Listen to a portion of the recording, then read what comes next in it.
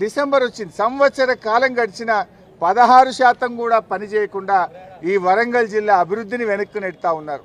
వరంగల్ ప్రజలకు సేవలు అందకుండా చేస్తూ ఉన్నారు.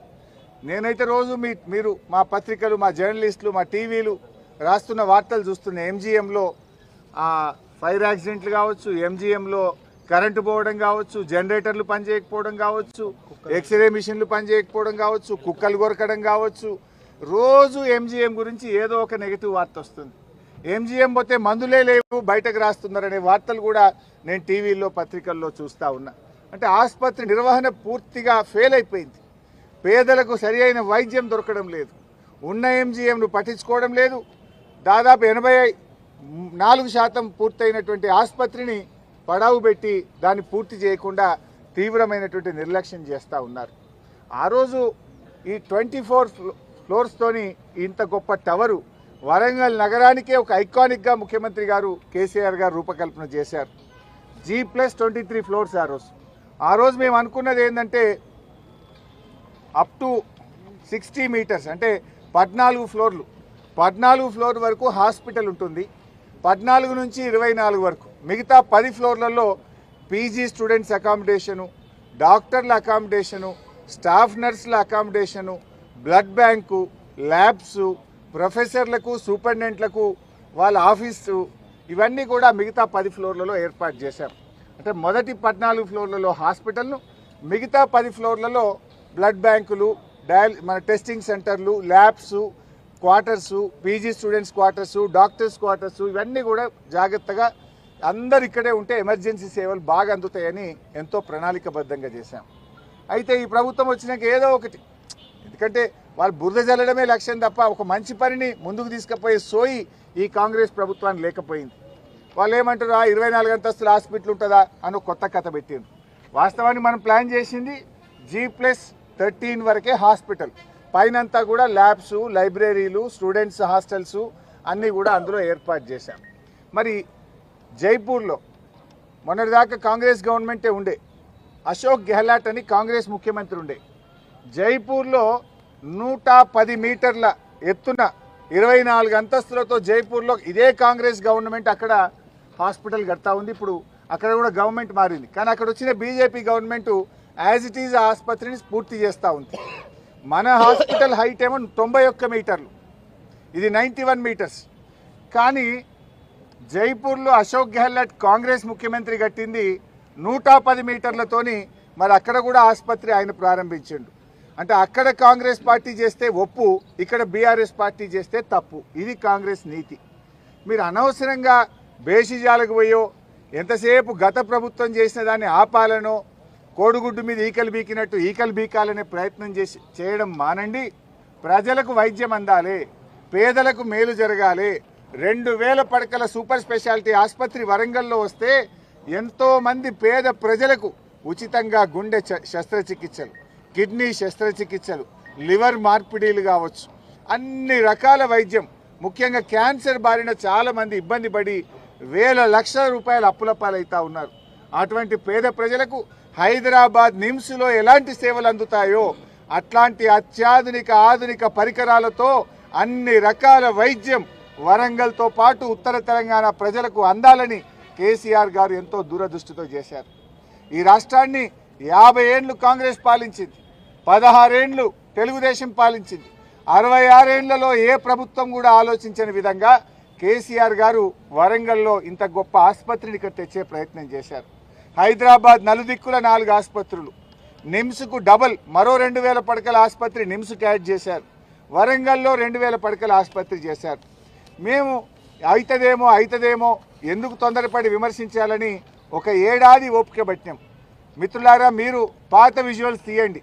అక్టోబర్ 2023లో నేను ఈ హాస్పిటల్కి వచ్చినప్పుడు హాస్పిటల్లో ఏ పరిస్థితి ఉందో, ఏడాది తర్వాత మళ్ళీ వస్తే కూడా ఎక్కడేసిన గొంగలు అక్కడ అనే చందంగా ఈరోజు హాస్పిటల్ ఉంది. అంటే ఈ ప్రభుత్వం ఎంత పేదల వైద్యం పట్ల ఎంత నిర్లక్ష్యంగా వ్యవహరిస్తూ ఉందో ఈరోజు మనందరికీ కూడా అర్థమవుతూ ఉంది. ఈ సందర్భంగా రేవంత్ రెడ్డి గారిని, ఈ ప్రభుత్వాన్ని మేము డిమాండ్ చేస్తున్నాం. వెంటనే యుద్ధ ప్రాతిపదికన ఈ ఆసుపత్రిని పూర్తి చేయాలని, పేదలకు అందుబాటులోకి తేవాలని బీఆర్ఎస్ పార్టీ డిమాండ్ చేస్తుంది. లేదంటే రాబోయే రోజుల్లో ఇక్కడ మా బీఆర్ఎస్ పార్టీ ఆధ్వర్యంలో నిరవధిక దీక్షలు ధర్నాలు చేపట్టవలసి వస్తుందని కూడా హెచ్చరిస్తూ ఉన్నాం. పేదల విషయంలో పార్టీలు కాదు కావాల్సింది, హృదయం కావాలి, మనసు కావాలి. పేదలకు సేవ చేయడానికి ఒక పార్టీ ఇంకో పార్టీతో పోటీ పడాలి తప్ప ఇంత మంచి దవాఖాన కేసీఆర్ కట్టిండు, కేసీఆర్ గారికి ఏడ పేరు వస్తుందో అని దవాఖాన నాపుడు తెలివి తక్కువ పని, దద్దమ్మలు చేసే పని. తెలివికల్లో అయితే ఈ ఆసుపత్రిని పూర్తి చేసి ఇంకా ఇట్లాంటి ఇంకో 2 ఆసుపత్రులు కట్టాలి, కానీ ఈ పనులు ఆపడం అనేది తెలివి తక్కువ పని అవుతుంది. సో ఇప్పటికైనా బేసిజాలకు పోకుండా తక్షణమే ఈ ఆసుపత్రిని పూర్తి చేయాలి, పేదలకు అందుబాటులోకి తేవాలని మేము కాంగ్రెస్ ప్రభుత్వాన్ని డిమాండ్ చేస్తున్నాం.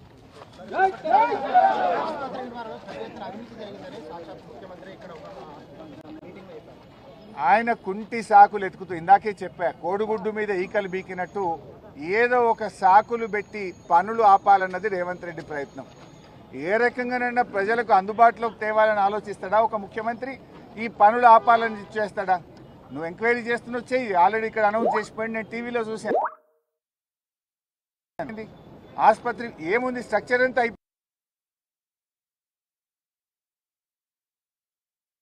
పరికరాలు బిగించడమే కదా.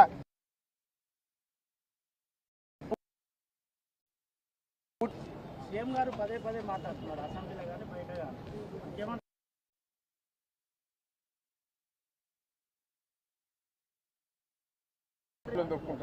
సార్ రేవంత్ రెడ్డి కాంగ్రెస్ పార్టీలో సీనియర్ నాయకులందరినీ తొక్కుకుంటూ వచ్చి ముఖ్యమంత్రి అయింది. ఆయన ఎంతోమంది కాంగ్రెస్లో పుట్టి కాంగ్రెస్లో ప్రాణాలు ఇచ్చినటువంటి కుటుంబాలు ఎన్నో ఉంటాయి కాంగ్రెస్ పార్టీలో.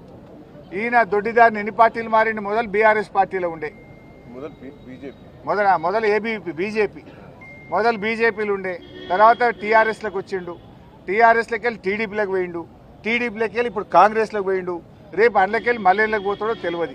ఆయన తొక్కుడు పక్కొని మీ ముందుకు పోవుడు అర్థమైంది, కానీ అది ఎప్పుడు నడవది, తాత్కాలికం. దీర్ఘకాలికంగా ఎప్పుడైనా ధర్మం గెలుస్తుంది, నిజం నిలబడుతుంది, న్యాయం గెలుస్తుంది. రేవంత్ రెడ్డి ఏదో క్రూర ముగాల నుంచి వచ్చినా అని వికృతంగా మాట్లాడు అదే ఒక ముఖ్యమంత్రి స్థాయిలో ఉన్న వ్యక్తులకు తగదు. ముఖ్యమంత్రి స్థాయిలో ఉన్నటువంటి వాళ్ళు నేను తొక్కుతా, పండబెడతా, చీరుతా, సింపుతా, పేగులు మేగలు వేసుకుంటా, లాగులో తొండలు జొరగొడతా, కళ్ళ గుడ్లు కూడా వీక్తా, ఇదేమనికి కావాలండి? మార్పు అంటే ఏంది? ప్రజల జీవితాల్లో మార్పు రావాలి. నువ్వు ఏం మార్పు తెచ్చినావు? కేసీఆర్ గారు ఇచ్చినటువంటి రైతు బంధును బంద్ చేసినావు, కేసీఆర్ గారు ఇచ్చిన బతుకమ్మ చీరలు బంద్ చేసినావు, మా ఉచితంగా చేప పిల్లలు ఇచ్చే వాళ్ళ మత్స్యకారులకు చేప పిల్లలు ఇచ్చుడు బంద్ చేసినావు, నువ్వు కేసీఆర్ కిట్ బంద్ చేసినావు, న్యూట్రిషన్ కిట్ బంద్ చేసినావు, దళిత బంధు బంద్ చేసినావు, బీసీ బంధు బంద్ చేసినావు, పేదలందరినీ రోడ్ల మీద తెచ్చినావు కదా, రైతులు లాగం పెట్టినావు. నిన్ననే పోలీస్ రిపోర్ట్ వచ్చింది. ఏం రిపోర్ట్ వచ్చింది? 41% కేసులు పెరిగినాయి. ఈయన తెచ్చిన మార్పు ఏంటంటే పోలీస్ కేసులు మాత్రం పెరిగినాయి. కేసీఆర్ ప్రభుత్వం కంటే కాంగ్రెస్ ప్రభుత్వంలో 41% క్రైమ్ రేట్ పెరిగింది. అంటే హత్యలు కావచ్చు, చైన్ స్నాచింగ్ కావచ్చు, అదే రేప్ కేసులు కావచ్చు, భూ తగాదాలు కావచ్చు, మర్డర్లు, రకరకాల కేసులు పెరిగినాయి. అసలు పోలీస్ వ్యవస్థ, లా అండ్ ఆర్డర్ కూడా కుప్పకూలిపోయింది. ఏ ఒక్క వ్యవస్థ కూడా బాగలేదు. నువ్వు ఏం చేసినావు? ఆరోగ్యంలో బాగుపడ్డదా? ఇవాళ ఎస్ఎస్ఏ ఉద్యోగులు, ఇప్పుడే నేను మాట్లాడిన అక్కడ ఇదే ఏకశిలా పార్క్ దగ్గర ఏమన్నాడు రేవంత్ రెడ్డి? నా ప్రభుత్వం వచ్చిన నెల రోజుల్లో ఛాయ్ తాగేంత సేపట్లో మీ అందరినీ రెగ్యులరైజ్ చేస్తా అని చెప్పిండు. నెలవాయ్ 12 నెలలు బాయ్ 12 నెలలు పోయిన సర్వశిక్ష అభియాన్ ఉద్యోగులకు వరంగల్లో ఇచ్చిన మాట నీకు గుర్తులేదా? ఎన్ని ఛాయలు తాగినావు ఇప్పటికీ? ఛాయ్ తాగేంత సేపట్లో రెగ్యులరైజ్ చేస్తా అన్నావు, ఇప్పుడు యాదికి వస్తలేదా? ఓడ దాటిదాకా ఓడమల్లప్ప, ఓడ దాటినాక బోడమల్లప్ప. ఏం చేసినావు? వరంగల్కు కేసీఆర్ గారు ఎన్ని యూనివర్సిటీలు ఇచ్చిండు, ఎన్ని కాలేజీలు ఇచ్చిండు, వరంగల్ అభివృద్ధి కోసం ఎన్ని ప్రణాళికలు చేసిండు కేసీఆర్ గారు. నువ్వు చేసింది ఏమున్నది? ఎంతసేపు కేసీఆర్ను తిట్టుడు, ఎంక్వైరీలు, ఇంతకు మించి నువ్వు పాలసీ ఉందా? పాలసీ గురించి అడిగితే పోలీసులు తోలుతావు, అంతే కదా. నువ్వు ఎవరైనా ప్రశ్నిస్తే వాళ్ళ మీద కేసులు పెడతావు. Thank you.